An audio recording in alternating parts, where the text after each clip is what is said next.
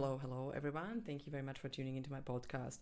Today, I have conversation with PK, someone that I'm just very shortly launching a new project, what is really exciting, and someone I will work very closely now after 29th of January when we are relocating to Queensland, and it's absolutely amazing opportunity for us to go deeper into what we experience with our clients, what actually we notice in the world. And funny enough, we had this great last 1 or 2 years together, and we notice very similar things. And that's why we decided to do a little bit of more research and tap into the space that is not very common yet in the leadership space, and we are bringing the overview and experiences through four-dimensional leadership, and we will talk about it a little bit more in the next few episodes.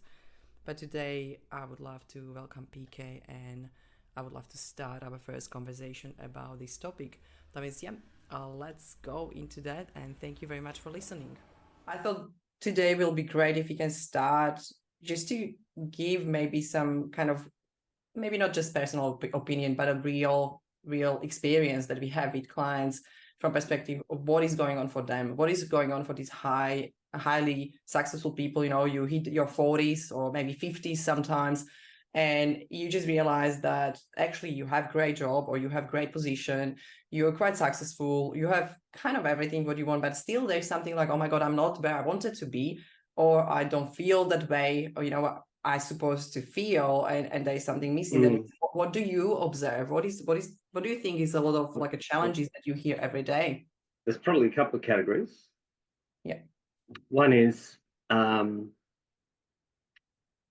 successful people who get to a place and I have got a great career, don't have any money worries, I'm where I need to be personally, so why is it that I feel so awful, right? So that's the inability to describe an emptiness or an internal experience. Like that, yeah. This is inconsistent with what I thought the vision was. That's one category, definitely, where there's definitely something missing, and it's that level of fulfillment about I've given so much to success, and why do I feel so awful? Yeah, it's almost like the loss of that passion and drive, joy, everything is gone. Yeah. And what used to satisfy doesn't satisfy anymore. That's definitely one group. The other group are maybe those people who are aware of the sacrifice.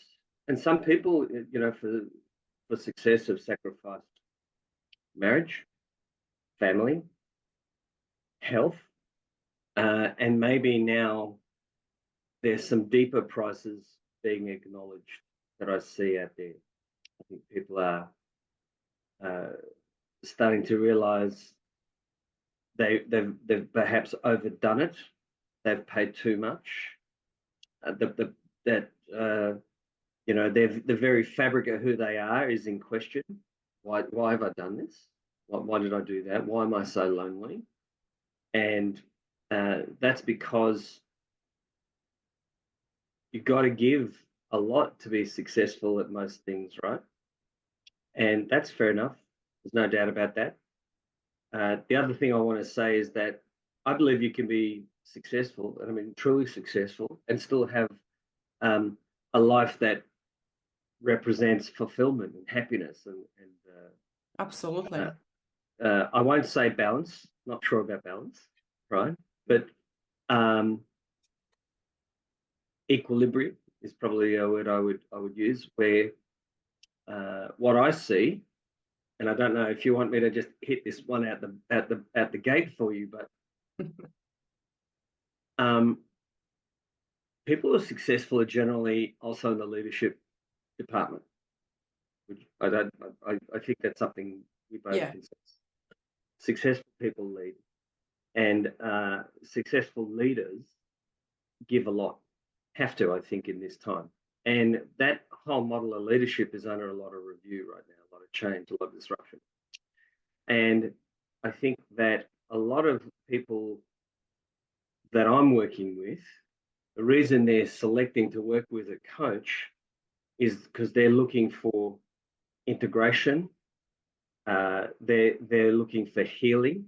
That's an odd word to use, but they're looking for a way to bridge some gaps between their meaning-driven environment and their fiscal and financial-driven environment. And there's a gap there. There's a void that has caused grief and continues to cause grief. And in fact, some for some people listening to this recording today, they'd be aware that there are very specific behaviours around leaders, and there's very specific things like sacrifice, and often leaders don't take care of themselves enough, and that's a problem. And what I'm seeing now is how much pressure leaders are under, and the inability to, not inability, that would be incorrect, and not attending to their full self. I'm saying that as being a bit of a really, I'm seeing more of that. I'm getting calls from people who would never have in a million years deal with a coach. A coach? What? I need someone to come and say, good on you, mate. No, that's not coaching. But I think, it's also changing, right? I'm getting calls from people who thought that's what coaching was, wanting a hand, because they've come into contact with, dare I say it, a level of brokenness that they've identified in themselves. And when you get to that space, this is very, very interesting. I've been around the coaching scene for a little while now, and in my experience, I'm seeing a real trend that maybe I didn't see before, which is leaders who are actively coming out wanting more from their experience as a person, and want to incorporate that into how they define success. So they don't just want to be, wealthy or well-known or very good at something. They also want to have better relationships. They want to have better relationships with themselves. And so there's a growth in an area that's been dormant for some time. Yeah. That's what I'm seeing. Yeah, you said a lot of things. I will try to get back because there was sure, sorry. That's all gold, and I'm like, okay, where to start? Let me out the gate.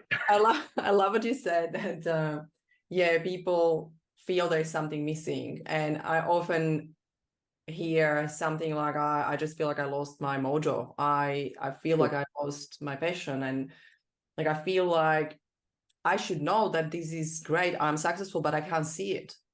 There is also, I feel like there's that redefining success itself, because they thought before is the definition of success is from perspective of finance, right? Like finance, position, having businesses, opening up businesses, all these movement and traveling, and like it was all kind of environmental, right? Like it's outside, external.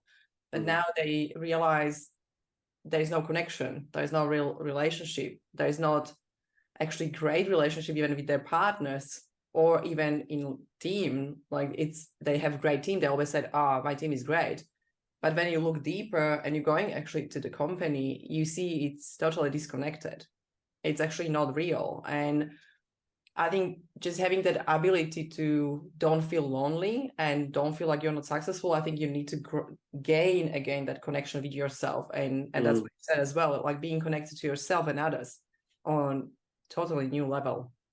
To me, like that's absolutely a higher level where we really understand and accept, and removing attachments probably from, I want finance, I want wealth, I want this, and start to look at what we are embodying. And I think that's all what we are missing. I feel like that highly driven, busy life, it's basically just about doing and having, doing more and have more and doing more. And it's the bubble. And not a lot of being. Yeah, and you realize that you're in bubble, you're in cycle, and you can't break it because you don't know how. You don't know how to get out of that because it becomes habitual behavior, habitual thoughts, habitual emotions. And Sure. yeah, I feel like it's really hard for a lot of people, even just when you ask them what do you actually want, and they say I don't know, and they start to talk about other people and company or something else. And when you ask them again, what do you want for yourself? They don't know. Yes. And again, they start to talk about Yes. kids, company, money, and goals. It's like, no. What do you want for yourself? What do you want to feel? It's like, I don't know. And Yes. you're looking at a person who is totally there for everyone else, but totally zero for themselves. Like they Right. just don't, they're not there for themselves. And that's so sad because that will catch up on you, I believe. I think that's We experienced that, right? yeah. Yes. Yes, indeed. I think that the lessons learned this, particularly the last 12 months have been about my studying and seeing leadership in another space and wanting to understand what creates that gap, personally. In that, I believe that there is a lot of successful people who are carrying a level of emptiness, either acknowledged or unacknowledged, and it makes them very unhappy. Mm-hmm. There's a lot of And burden as well. yeah, Yeah. yeah. And I think there's more to it than that. I don't want to jump too far ahead, but certainly I see it a lot in, is this it? Is this all there is? Like, how you get to a place where you should be by rights Yeah. delighted, but the external frame of reference only goes so far, right? Because we're also creatures of connection. Yeah. And that part of us gets swept away, hidden very early in life, I believe, right? And we can talk about that maybe a bit later. But I think what happens is that something has gone on that creates this vacuum, which is the best way I could describe it for me. I felt like Yeah. there was a massive vacuum Vacuum. Yeah. and a massive disconnect between where I thought I was and where I actually was, right? And I wow, that was a tough thing. And I'm in the business of development. I'm in the business of growth, and it was such a smack in the face, Yeah. right? So here's what I think. I think there are a lot of people out there who are successful who either acknowledge or unacknowledged that there's something very much missing, and the I would say unacknowledged or that's not the right word, but the subconscious, I don't really want to recognize what this is because there's a hell of a lot of responsibility Yeah. I would have to commit to to fill myself, right? And that's something I see Yes. a lot of. It's easier for me to go out and be successful, buy another company, build another business, run my team. It's easier for me to go and do that than to perhaps accept responsibility that I'm not where I could be, Yeah. and I need help, and I need to grow. Yeah. And I had a client said, "Mate, I read 50 books a year," and I said, "Okay, what kind of books?" And they were all books about finance, tax, and Yep. strategies for success. And I It's said, "Have you feeding ever your mind. just to how to be happy?" Yeah. And oh, how to be happy? How ridiculous? As it really? Oh, well, why are you so sad then? Hmm. And yeah, so growth becoming a slap in the face. Why are you so sad to a successful client? Can you imagine what his answer could have been? Wow. Right? Yeah. I'm not sad. Of course. Yeah. Right. So it's a hard thing to face. So I think that's um, the lay of the land is that there are people walking around. I'm going to say that I language this as sort of holes in their souls a little bit, holes in their completeness, where success is outwardly acknowledged and everyone digs it. Everyone digs it. Yeah. Oh, you're so successful. Must be great to be you.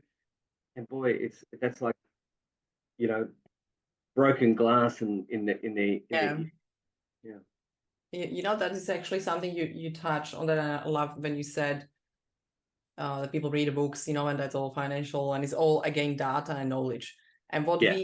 we are living in, to me, it's like almost like an age, not just digital age, but we are in information age. That means we are just gaining information and we are learning from childhood, right? And Right. all we learn from childhood, when I'm not talking about relationship with parents and all emotional stuff, but I'm talking about schools, right? Like it wasn't really practical. It was just books, and practice your 1+1 is 2, you know, all the time. Yeah. And again, later on high school, later on university, again, so much knowledge, and we gaining data. Now we are on Google and we Google stuff and we go for courses. We have so many online courses, and I feel like we don't need more knowledge because that's feeding that one side that actually makes us more and more unhappy and disconnected from ourselves. That means what we did, all the mindset stuff and all mind and all mind was just intellect, right? And I know it's important, and I know all highly successful people, they are very smart intellectually, like, yeah, they're on a higher level. That's why they are more disconnected than any other person, because someone who works part-time job is not disconnected because they have time to go smell the nature and they take care of their feminine energy, I would say, if you can go to masculine. Because the intellect is fully masculine. A lot of women leaders going to the leadership, fully masculine energy. That means fully just having education, being smart, doing the plans, doing agenda, doing this, it's all kind of, it's practical. It's knowledge, it's data. And it's all data driven and KPI driven. And I understand that's the part of the business, but when the part of the business and leadership missing that feminine energy and that feminine side, what is creation, gut feeling, you know, decision making based on values, who I am, who we are as a team. If that is missing from the business is going to fail or is going to create burnout and exhaustion and busy people and more busy people and more control and more fear, and because it's all numbers, you know, when numbers don't see it, I feel really bad about that. And I look at the bank and it's like, oh my God, I feel bad about that. I need to scream at my team, or I need to talk about that. Why? You know, we don't talk about the feminine side or the feminine energy. Now, just for people that don't know, that masculine feminine doesn't mean that masculine is man and feminine is woman. It means energy, not the gender. And I was so disconnected. I'm sure you were so disconnected from that feminine, right? Like it was, nothing was about feelings. Everything was about, oh my God, I need to do 20 sales today. I need to do 100 calls. I need to do this. I need to call my team. I need to sit down and we need to figure out the strategy all the time. And it became normal. All business coaches were doing the strategy. And it's so easy on one side. Like that's the comfort, because we formula. Intellect, that's comfortable. Let's teach someone something, and all coaches became teachers. But we don't need the leaders, highly already successful people. They don't need someone to teach them something. They need to heal. They need to to themselves. They need to integrate all those feminine sides of themselves. And I feel like that's kind of like a big theme of how we actually get here, how we end up like this. Because I know we talk about a lot about the after COVID, you know, what happened now, what is happening in economy, right? Like how we are pushed to be in stress all the time, and that description of how our nervous system really never have a break, or last years never have really break. And I thought that's actually good explanation probably for people that are still on that cognitive intellectual side. Do you have like your explanation of that, like why or what that pressure, how that pressure came up, what is that like cause of that? The cause of the pressure is that there is a demand for our attention, right? That if the purveyors of those demands had their way, we would be giving our attention to something 24/7, right? So there's a couple of things if I could add. Just if you give me a wee minute, I'll just add a few quick observations, and then I think I can answer that even more fully, if that's okay with you. But it seems to me, as I look around, I can walk into a cafe, a restaurant even, and sit down and have a look around. What I'm going to find is a greater majority of the people on their phone. Absolutely, yeah. In a group, in a social setting, and people got their phone out, right? And I'm not having a crack at that at all. I'm just as everyone else, right? But what I'm saying is that there's more competition for your attention than ever before, right? And we're the most time poor of our species ever.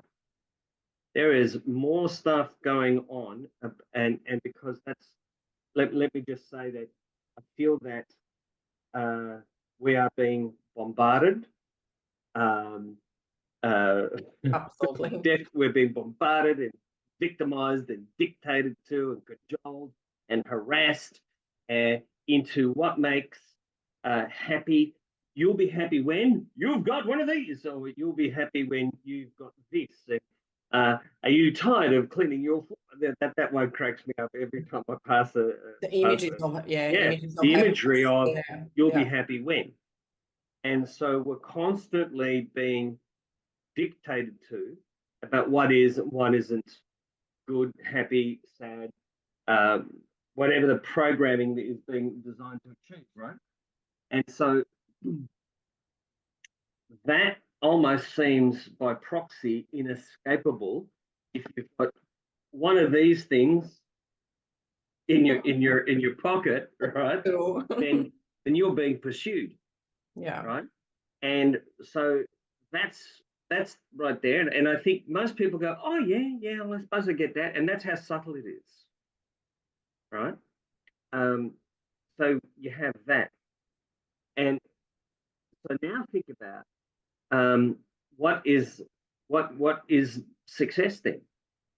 So our version of success is being dictated to by popular culture, by an array of things that we read and consume and take on board, right? Constantly, not just the TV, and not because you can, all those things could be filtered out, but everywhere you look, there is a very distinct version of this is what it looks like when you're wearing these clothes, driving this car, living in this suburb, doing this thing, or when you'll be the envy of all your friends when you do this thing, and that. So we are constantly under siege, is the best way I can say it, as to what we should be. Yeah. And who we should be. And that's the problem. Yeah. And that's the problem. That's the problem. Right? And undoing all of that is the next step, because all of the bombardment is about, and you said it beautifully earlier, it's about the external stuff. And if we are concentrating holus bolus on moving forward, one of my clients, I said, talk me through your day. And, he was up early, off to gym, doing reading, preparing all his emails. And this was before 7 o'clock in the morning. Man, right? So from the time he got out of bed to breakfast time, was completely absorbed in the preparation of success for the day by a pre-organized version of what that looked like. He was going to have this meeting, he was going to do these things. And the reason why he was doing that was connected to some goals that, have been in train for 3 months. And so every spare working minute, and I'm not having a go at that. I'm like that myself in some ways, right? But every spare waking moment was about the outcome, about the result, and the goals and the plans. And then I said, okay, great. That sounds like a good day, powerful day. Well done, right? And then what? And then at the end of every day, spends another hour or so reviewing the actions of that day and assessing how he went and doing, a form of after action report. And I thought, oh, okay, well, that's not a bad idea, but it's now 7 o'clock at night. So you've been up 14 hours or so in a 24-hour day and completely devoted it to work and success. And I said, so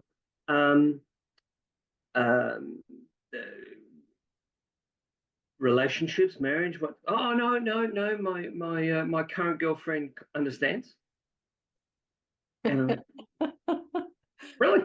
Okay. That's great belief. How's that going?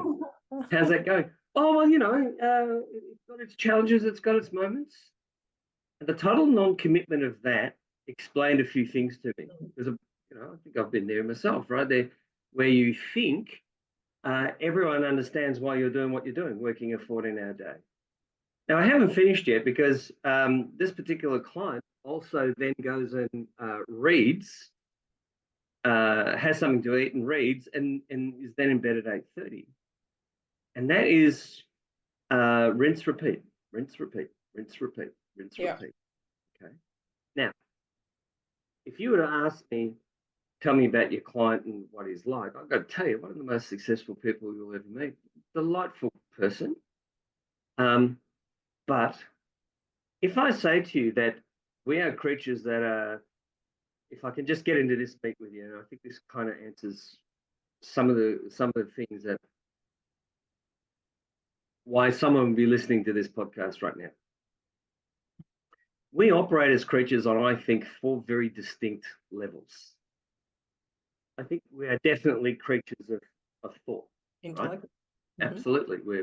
And can I say, I'll say intelligence is a very, we have an intellectual part of us, and it's not just intellect, but it's also thinking, and it's the ability to reason and read and all of the grey matter stuff. I think that's very much we're part of that. Then I think we're creatures definitely of connection. We're emotional creatures. We make decisions based on emotions. Yeah, absolutely. All the people out there who say, well, no, it's actually, no, sorry, I tell you, we're definitely creatures of emotion.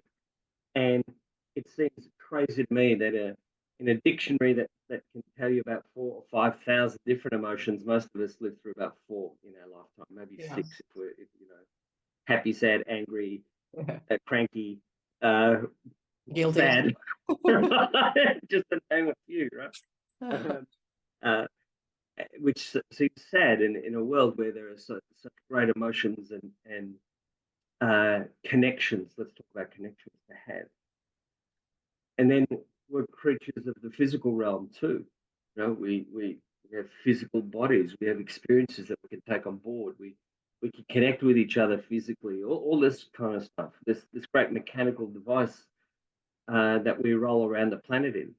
And then I think we're also creatures of spirit. I think there's a soulful journey that we all have. How many times have I had to struggle with the idea of soulmate? What? Soulmate? Soul, right? And I've come to the conclusion that we're definitely creatures of that 4th dimension as well. Here's the thing. If you only spend your time, as my client does, in one of those dimensions, his intellect and the will to win, and I admire it. Don't get me wrong, he's a beautiful guy. I love having him as my client, and we have a great working relationship. But what I see in him is this massive flatness in 3 other realms of his experience as a human being. And it is now that he's becoming aware of it. He's just getting into that age where he's starting to see life differently. He's 38. He's starting to develop differently. And he's become aware. And awareness is a bitch, right? That's just bleep that out later. No, it's okay. It truly is. It is. It's a bitch. It's a horrible thing, right? Because all of a sudden, can you imagine this poor You see things. You see yourself. It's almost like you're vulnerable, right? Like you are naked. You're staying there in front of you, and you see yourself like, oh, this is me. That was not me. What I thought. I've been thinking I've been this person this entire time, And all of a sudden, oh my God, it's like, and he described it to me this way, and it's kind of an experience I think I could really relate to. He said, it's like realizing that you're walking around your living room naked, Yeah. and then someone turns the light on, and then everybody you know is in the room with you, right? And it's that level of vulnerability, right? And that's what caused him to seek a coach. He got to that space where all of a sudden some lights went on about his life. Yeah. And when we and okay, that sounds hilarious, and I'm sure people see the funny side of that. But when we sit down and we start talking about um, his experience in this gap and what this means, the terrifying nature of his loneliness and what this gap possibly means, because people see themselves. You see the world the way you are, not the way it is, right? And so that can have a catastrophic negative effect, meaning that you see who you are and think this is it. There isn't any more. What more can there be, right? And that's dangerous. That's Yeah. when we're starting to get in a really dangerous place. Because you become very inflexible Right, in your core. Yeah. right. So clients like that, I'm seeing more and more of. Mm. Because success, the external journey, the one dimension journey, um, there used to be, the wheel of life is such Yeah. a thing I see all the time. Well, this is very much this.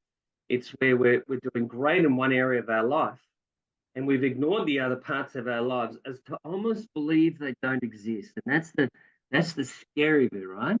Or put And them on second place, third place. Yeah. right, well, not even like I got told this by a client the other day. I don't have emotions, Peter. I don't feel them. Wow, really? Yeah. That's so sad. Can you tell me what you're feeling right now? Nothing. Don't know about that. And just through some prompting, um, feeling awfully sad and depressed all the time, to the point where that has now become normal, where the body just Exactly. We accepts used this to. low level of pain and anxiety as a normal state of being, and I can then convince myself that I'm okay and this is Yeah. great. And then guess what? That low level of anxiety and pain gets a little louder and a little louder. And But it that's when becomes, things become desperate, when you have these calamitous moments in your awareness, and all of a sudden it's like, what do I do now? Right? yeah, it's almost sad, like when I'm like hearing, because the state I was in as well, when I was basically just driving with my intellect, and that's what you describe your client, 4:30 a.m. wake up, having 1 hour meditation, walk with dogs, going to gym or doing some exercise, reading the book, everything happened before 7 8, right? And after that you start your day with clients, and it's meeting after meeting or prospecting or doing other stuff, right? But it's non-stop, and it became so normal.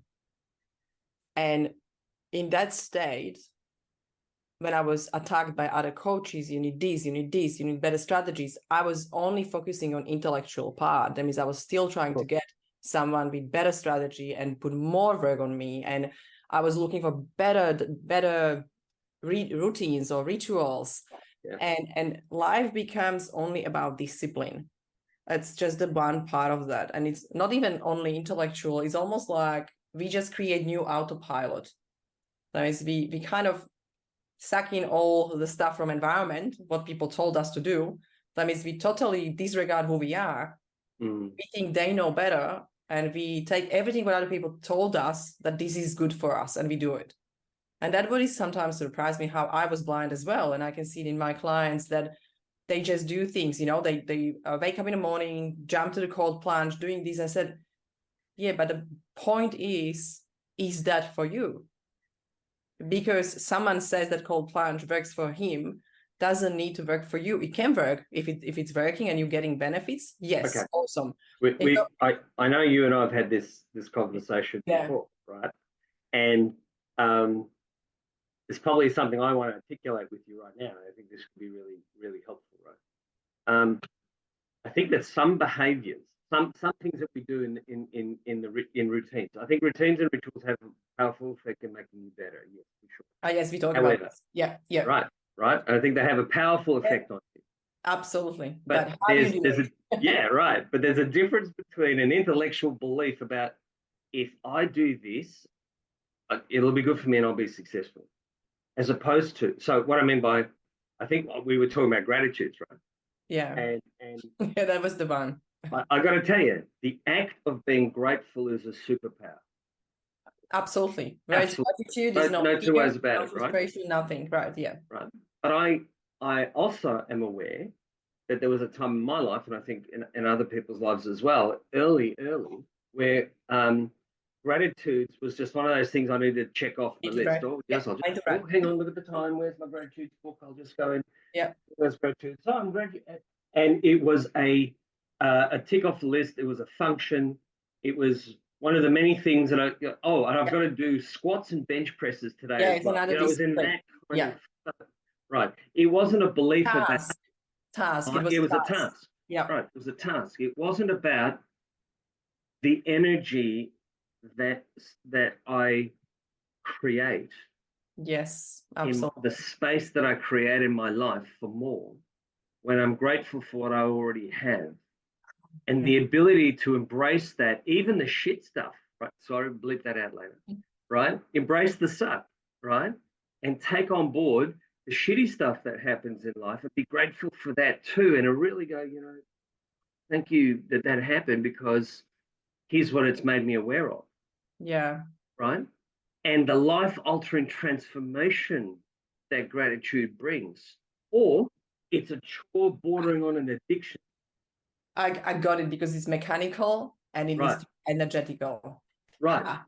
So it's either it's a to-do list, or it's a deeply profound internal experience. But that's what I see. Therein lies the difference between fulfillment and execution of a plan. Absolutely. Absolutely. And the execution of a plan is the external thing. To be successful, you need to have you need to have your tick the box, tick the box, dopamine high. Yeah. Right. And by the way, sometimes you can't be successful without some of those things on that. Yeah. Right? It's always connected. It's to make that whole. Like, you need to have the intellectual part, but you need to have the other part. Spot on. Wholeness is the key. Right? Wholeness is the key. The 4 levels of our experience of humanity have to be in play, not just one. One will lead you to desperation. Here to tell you, long term exhaustion. Absolutely. Yeah. And I've got I'll say they're acquaintances at this stage, but I have acquaintances of some very powerful, extremely successful people who keep coming back into my orbit, right? And he goes, "How's that coaching thing going?" I said, "Brilliant." Yeah, good. Yep. Goes, and if, he's one of these guys who just added hand, coaching for losers. And he still firmly believes that in order to be successful, you have to suffer. That's really exhaustion. That exhausting and tiredness. Well, that's his body's taken over, but that's not his brain speaking anymore, right? Yeah. He just feels it in his body so utterly. If you read the works of Joe Dispenza, right? His body feels pain to be in business, and it now recognizes that as a normal space. Wow. Right. And yeah, I was talking about ESIP. I was talking about critical alignment and how that works. And I said to him, I haven't stepped into my office to lead it in months, maybe a year, right? And I still have meetings and we do stuff, but I don't run the business anymore day to day. And he was like, "Well, that's not a business. That's a hobby." Right? Because in his mind, good luck to him. Good luck. Hey, yeah. In his mind, if you weren't and his words were, if your fist is not on the backs of your people, egging them on and making sure they do the right thing, That's most people won't do the right thing. that's Really? massive belief in a Wow. lot of leadership. Wow. Right. And so his space is very obvious, Yeah. right? Where he's at, and the idea of healing is absurd to him. Even though he's the absolute, he'll die of the stress that he carries. He Yeah. goes on holidays, right? I don't know about you. I've just come back from a couple of days retreat up in the Sun Coast, right? And I did need to use the computer and the phone, but I scheduled to do 1 hour of course and 45 minutes of checking the emails across the 3 days. That was it. And I'm happy to tell you, boy, was it great to have that thing turned off. Was it ever, to some people, that very notion of not having the phone switched on 24/7 and the things in the ear ready to go and when you're on holiday with your family. Wow. Okay. So then this is how deep this is. Are we okay if I just take you one more step? Oh, yeah. Okay. So here is a father demonstrating to his family how life is conducted.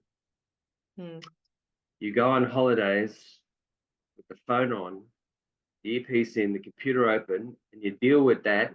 You shout and get cranky, and you get upset with everyone because you're away trying to have a holiday, and you're there.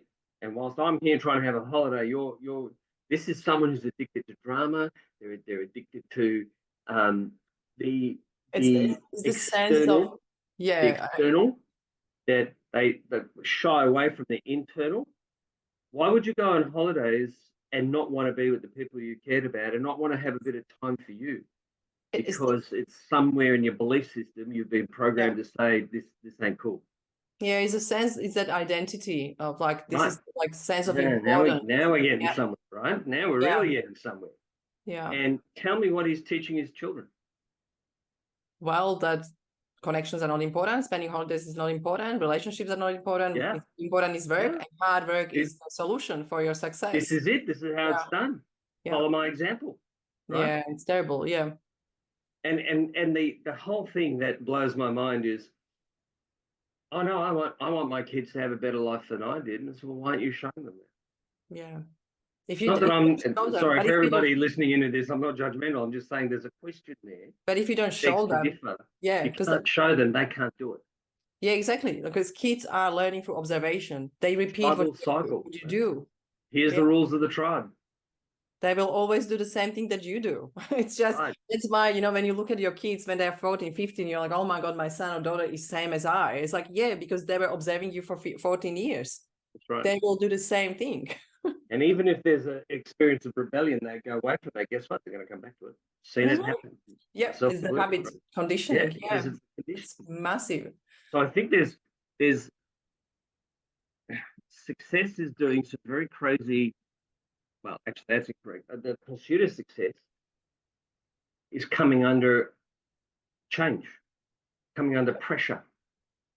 And I think people are starting to ask themselves, why is it that I get to this space and this is all there is? This doesn't sound right. Yeah. And why am I conflicted and confused all the time? Because there are people, I'm not saying, I'm pointing out to you some extremes here, but I think most people want to be successful and then just get caught up.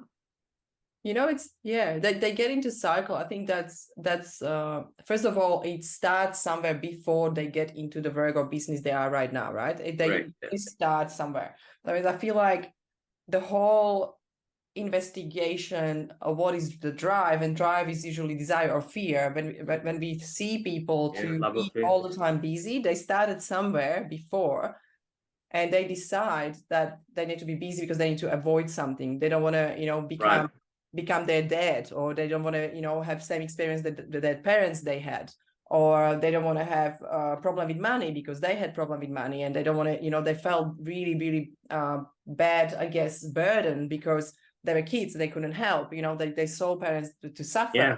That means we take all these burdens, now we're going through life and we realize that we are so busy, we are so great, we are so switched on, we have great intellect, great mind, we work, we feel like no one understands us.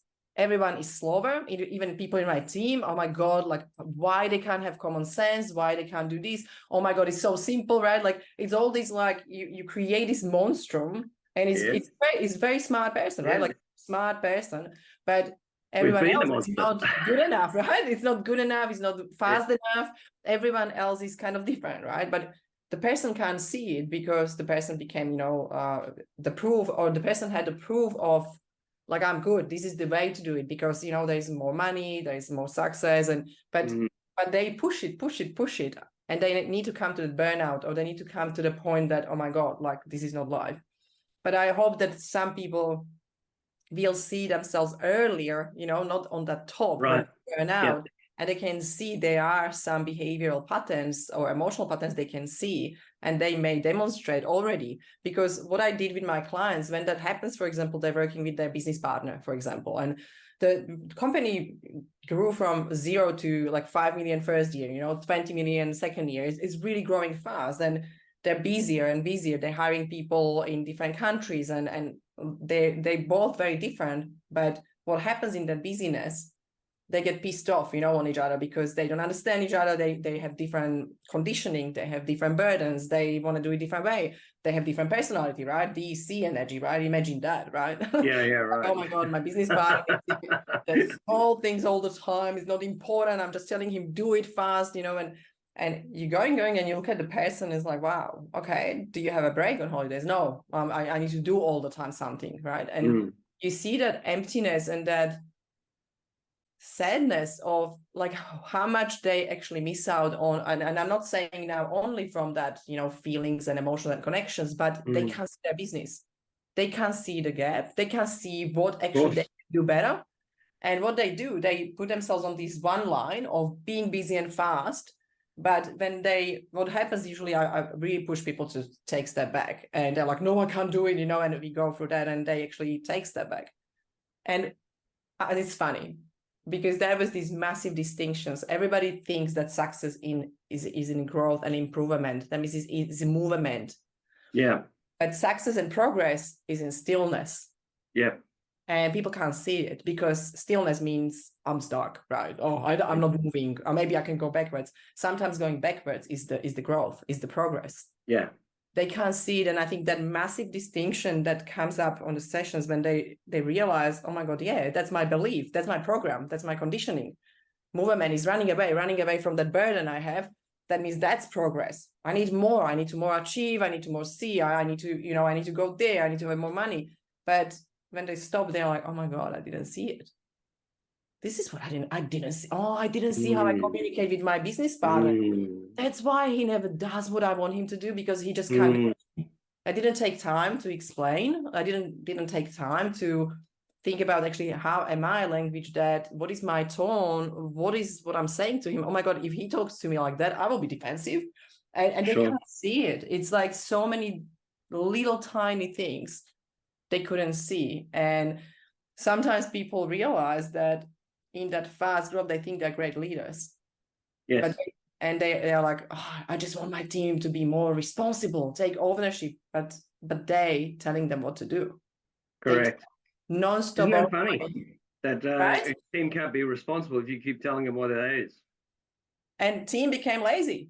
Team is not taking responsibility, because you are always there. You are the responsible one. You're telling me what to do. You always make decisions. Wow. I'm making $200,000, like you making decisions for me, and you taking all responsibility for my failure. Awesome, I want that job. And the burden is on the client, right? And it's like, hey, Alex, help us. We want team to be responsible. Yeah, they can be, but you need to change. And there's also a lot of disruption caused by that. Yeah. In that someone generally, I like to see how they address issues, mistakes perhaps in the workplace, where someone's done something wrong, and they, you need to address it with someone. So, hey, look, this happened. Why you didn't call me? Why we didn't talk? Yeah. Why did you do that? and the tone is all accusatory. You know better now. I trained you on that. And there's this whole thing about what training is, right? One of my clients believes that if they've shown you once how to do something, you were trained, right? And I said, really? That's not how our mind works. Oh, yes, it is. It's what it works for me. I said, yeah, probably not. I'd call that a barefaced lie. I think that's what you want it to be, right? But that's not how the mind works. They get very upset. And so what's happening is you're causing a disruption, and you're taking away the confidence of your team, because every time they do something that doesn't meet with your expectation, they get their bones rattled, right? A terrible experience, right? No one needs that. When is that ever okay, right? It's not. And so in the absence of not knowing any better, what do most of us do? Nothing, right? And so the stress that some leaders give themselves in the inability to let go, completely their own doing, right? You're telling your team on one hand, call me if you don't know how to do something, but if they don't want to call you because they get yelled at and get treated like trash, and no one enjoys that experience. So and that's something there, like when you think about great leaders, like, look, they are absolutely great, and they are super intellectually high, like high IQ, really, really high intelligence, right? Like I can see it, and I absolutely respect that. But there is this don't want to see part. I don't want to see that. I don't want to look at myself. And I think, let's be honest, I didn't want to look at myself as well. I've been there. Like it's nothing that I can say like, oh, it's your fault, you didn't look at yourself. But I was the same. Probably you were the same. Everybody was the same. We look at ourselves last sometimes, even though we know we should look at ourselves, we don't do it deeply. And what happens, I think in general, people are great leaders, and I know they have visions and they're awesome, but I think the magic happens afterwards when you really can lead your team the one way. And I think there's not a lot of people that can do it truly right. From the heart, that you know that your team will take responsibility, that will be with you, even if you fail, and you will be with them, they fail. And in really hard time, they will don't tell you like, you know what, they pay me more, I'm leaving, like those kind of leaders that really take people with them, even like I had people starting with me because I had vision, and we started work, and people were like, no, I don't want to be paid, let's first do it. I said, no, I want to pay you. But just that feeling that someone wants to join and just wants to join you because of you, and because of your character, personality, trust, connection. It's not because of just that vision. It's because you have impact on people. And I think that word, that impact, and leading people from heart or authentically, or that 4-dimensional you mentioned, like from all 4 dimensions, I think that's what is coming, or what is here now. It's not enough to be smart. Leadership is not about being smart, because you don't need to do anymore the technical part of the work. It's not only about being smart. Of course, it's not only about that. Definitely. It's not only intellectual part. It's definitely emotional. It's definitely connections. It's definitely physical. It's energetical. And that's what we do, right? Like in the program, when you think about that, what is more important? To give people experience to understand how they are connecting, for the feelings. We can feel each other. We can experience each other. We totally forgot there is the experience of life. Absolutely. It's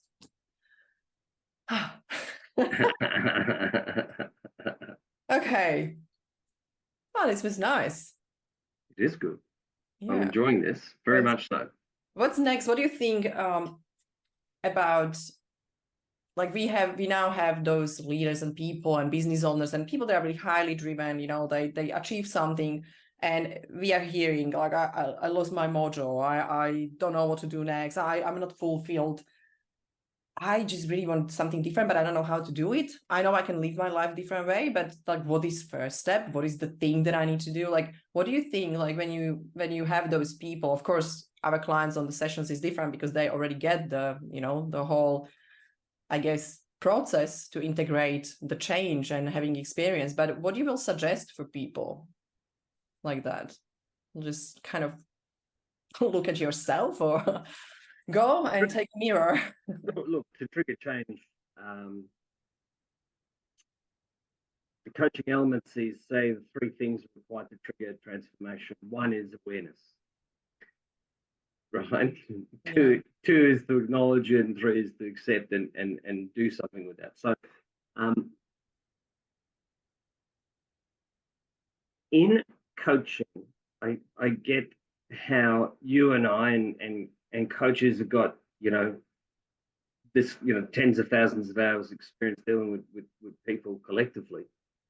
We see sometimes the journey the client needs to take, but we can't be, I can't be telling a client this is what you need to do. He needs to get to that space by himself.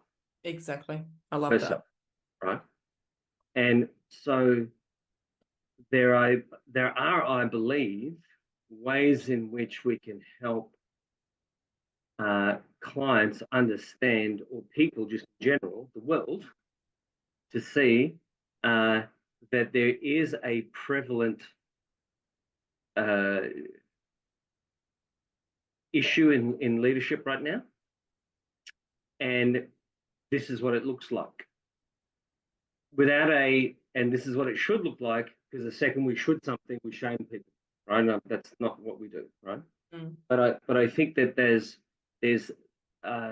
places to take our clients mentally and emotionally, where they begin to understand and become aware that the gap has been there this whole time, because it has.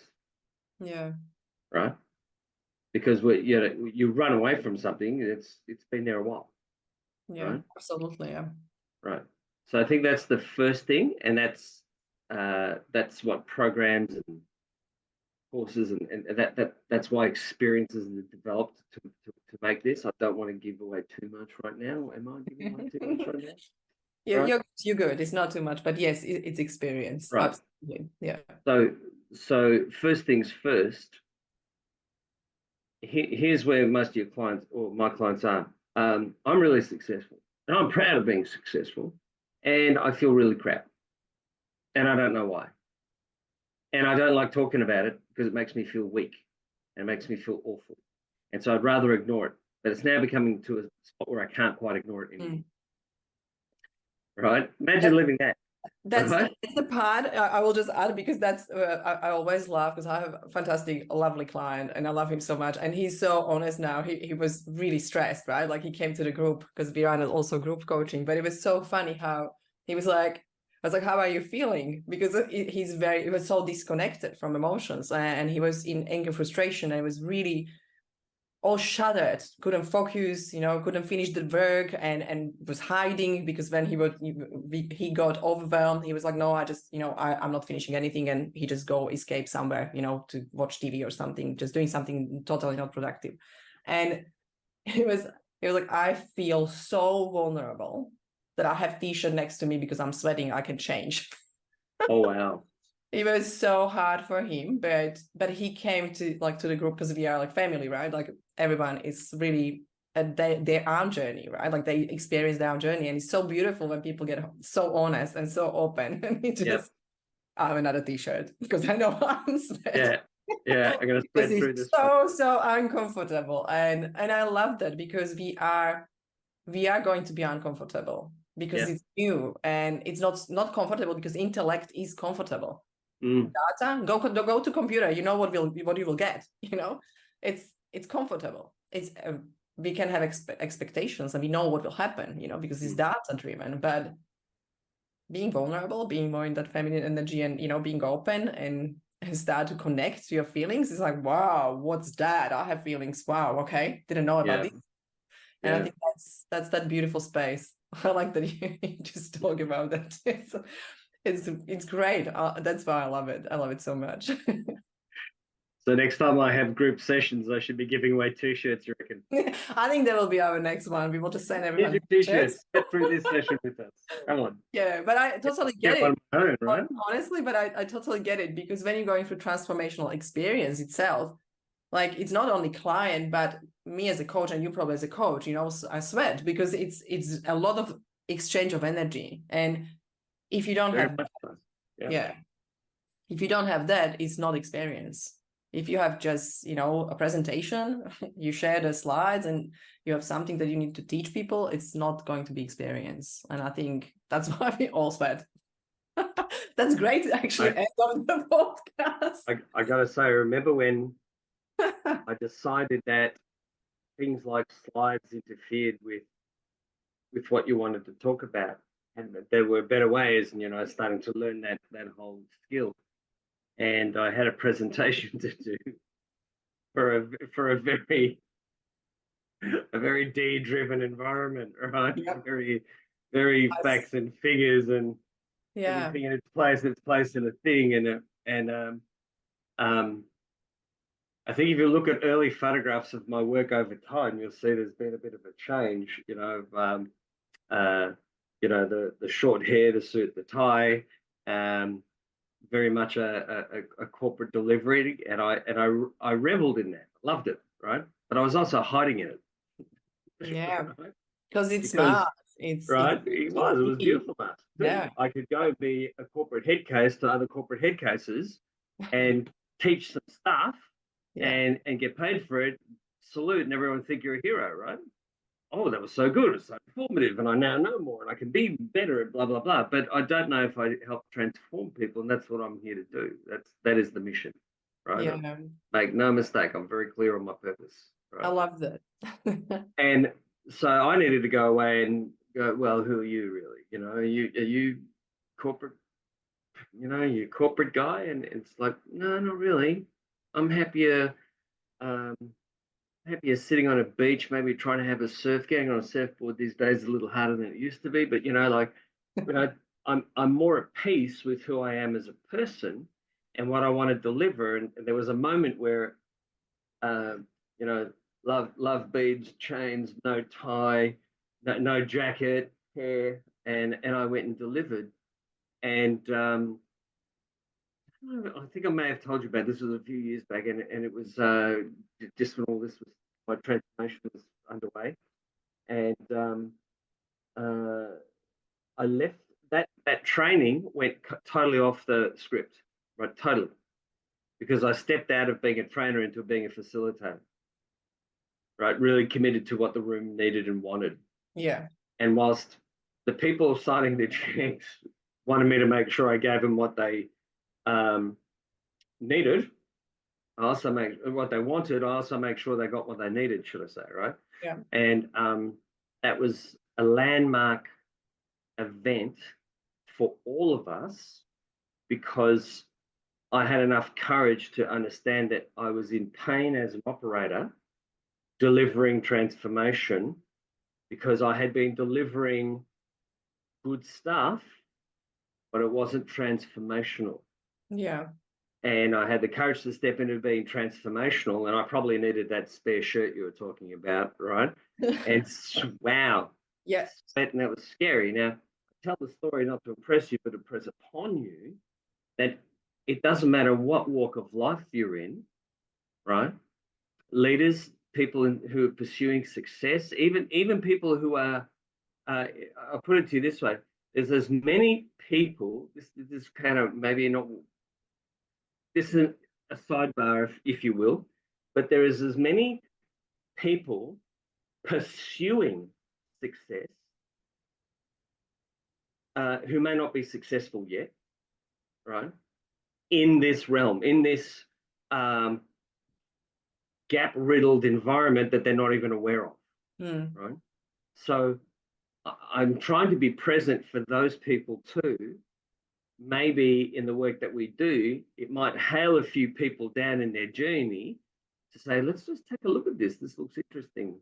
Yeah. Because, there's this whole thing about dealing with people who've arrived at a level of success. They're very hard-boiled in what they believe, right? And it's only pain that drives them away from that opens them up to, God, is there something else? I'm in so much turmoil and pain, right? And sometimes I think, it would just be nice to be available for people on the road to that place before they get there. Yeah. But you know what we're like as humans. It's not until something goes like that. It's them jump. Yeah. It's but I think there's a way to live this awareness Yeah. for sure. I love what you said, because that's really important. And that was probably my biggest insight from the coaching journey in general. Because I started coaching for American company like 12 years ago. I was there as a coach. And when I came to Australia, I was like, what is coaching? I want to study that. Like, it's different, right? And I started to see that actually what I was doing there, like actually now to have a little bit of data and intellect, right? Like about that, or knowledge. And I was doing that from that space, like all presentations, exactly what you said, right? Like I was prepared, I had the structure, agenda, I know what I'm going to present.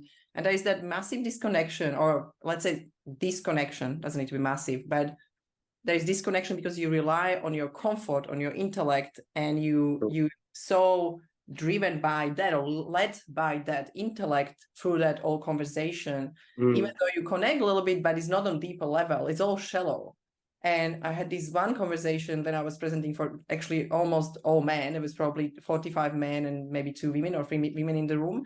And I was like, I don't want to do it that way anymore. I don't feel good about it. Like I prepare myself still, I know, but I know now what I'm talking about. I don't need to go and prepare myself about the same topic a million times, because I know I feel it. I believe in that. I experienced that. But it was so interesting how I was so scared, because it was such a discomfort or uncomfortable place, to be, that you're going somewhere and you're like standing in front of people thinking, I can't do my presentation as usual. I can't do it anymore.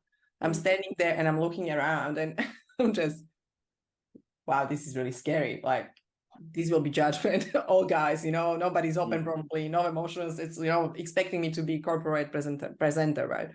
And I was like, okay, shake it up. And I was like, what will help you the most today? Let's just find out what you would like to know, what you would like to change in your life. And we started totally different conversation. After 1 hour of speaking that I supposed to have, we stayed at 2 hours. It was absolutely amazing conversation. I was in the room crying and everybody was clapping and standing. And it was like, the owner of the company was, what just happened, Alex? And I said, that's it. That's what's supposed to happen. If you're a facilitator, coach, or presenter, that's supposed to happen. That connection, that you have goosebumps, that you have cried, you are so connected, and you're in pure love, because everyone who is talking, you're loving them and you're looking at them like this pure energy that just wants to know something. And the love was like, there was spread through the room, like it was everywhere. There was no judgment. It was amazing. Like there was 19 years old and 60 years old man sharing personal stuff. And it was absolutely amazing, the love and the connection. And it actually didn't matter what I was presenting. It was all about the conversation at the end anyway. It was so beautiful. And I think that's what, when you say for people, they're on that journey and they're still in that intellectual part, there is actually the state beyond. To me, there is state beyond everything, beyond intellect, we can call it. Yeah. I'm totally in that space. Totally. Okay, let's wrap up. Let's open up this conversation again very soon, because I really love where we're going. I love the deeper stuff. We can maybe go even deeper. And I would probably just say I'm so excited. I'm so excited for the project ahead. I don't say a lot. It's going to happen very, very soon. And I really, really, I can see it. I can see how people can experience that introduction to transformation, right? Like that first step in actually what it is that they're talking about. What is that feeling? What is that energy level that I need to operate from, where I need to be as a human being? And I think that space, if we can launch it like we plan in February, will be absolutely amazing. And I'm really, really looking forward to that. Thank you so much for listening, and thank you very much, PK, for your time. Really appreciate it, and really appreciate you guys. You're still here. It's 1 hour 20 minutes. It was quite long, and I'm really, really grateful that you stick with us till now. And of course, if you have any insights or aha moments or something that came up during our conversation, please share that with us. Send us message or comments on the podcast episode. I'm looking forward to seeing you and hearing from you.